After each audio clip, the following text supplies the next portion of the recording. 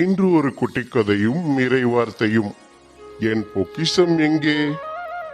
தேவனிடத்தில் ஐஸ்வர்யவானாயிராமல் தனக்காகவே பொக்கிஷங்களை சேர்த்து வைக்கிறவன் இப்படியே இருக்கிறான் என்றார்.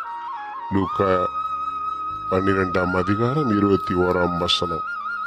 ஒருவர் ஒரு நாட்டிலிருந்து வேறொரு நாட்டிற்கு வேலை நிமித்தமாக சென்றார். ஒரு குறிப்பிட்ட வருடம் மாத்திரம் அங்கு தங்கி வேலை செய்யும்படி அவருக்கு ஒப்பந்தம் போடப்பட்டிருந்தது. அதன்படி அவரும் அங்கே தங்கி இருந்து நன்றாக வேலை செய்தார்.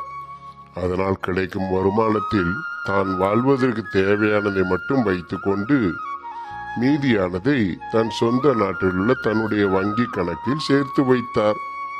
ஏனென்றால் இது தன் சொந்த நாடு கிடையாது என்றும் இங்கு சேர்த்து வைப்பதால் தனக்கு எந்த ஒரு பயனும் இல்லை என்றும் தனக்கு கொடுக்கப்பட்ட காலம் முடிந்தவுடன் இங்கு வாழ முடியாது என்பதையும் உணர்ந்து செயல்பட்டார் என்பது நம் எல்லோருக்கும் நன்கு புரிகிறது. இதை போல பூமி என்பது யாருக்கும் நிரந்தரம் அல்ல.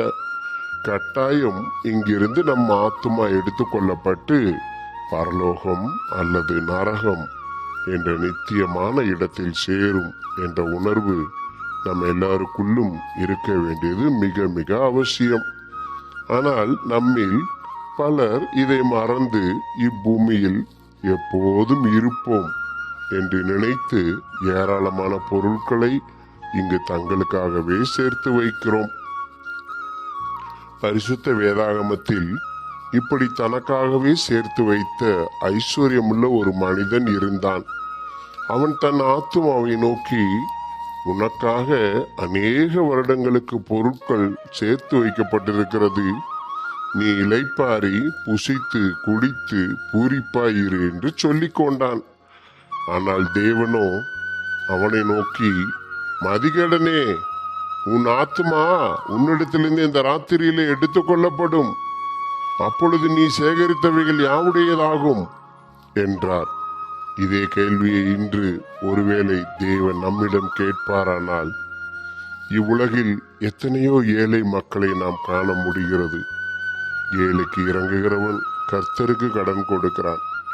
மேலும் பசியுள்ளவராகவும் தாகம் உள்ளவராகவும் அந்நியராகவும் வஸ்திரம் இல்லாதவராகவும் வியாதியஸ்தவராகவும் காவலில் அடைக்கப்பட்டவராகவும் இருக்கிற உங்கள் சகோதரராகிய மிகவும் சிறியவர்களாய் இருக்கிற இவர்களுக்கு நீங்கள் எதை செய்தீர்களோ அதை எனக்கே செய்தீர்கள் என்று இயேசு கிறிஸ்து கூறியிருக்கிறார்.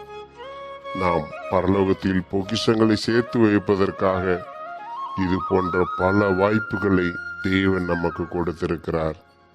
தேவன் கொடுத்த வாய்ப்பை பயன்படுத்துகிறோமா? இப்பூமியை விட்டு நாம் எப்போது செல்வோம் என்பது யாருக்கும் தெரியாது, நம்முடைய தேவன் ஒருவரை தவிர. தொடர்ந்து இது போன்ற கதைகளையும் இறை வார்த்தைகளையும் கேட்பதற்கு நாம் ஜீசஸ் லீட் சேனலை சப்ஸ்கிரைப் செய்ய மறக்காதீர்கள்.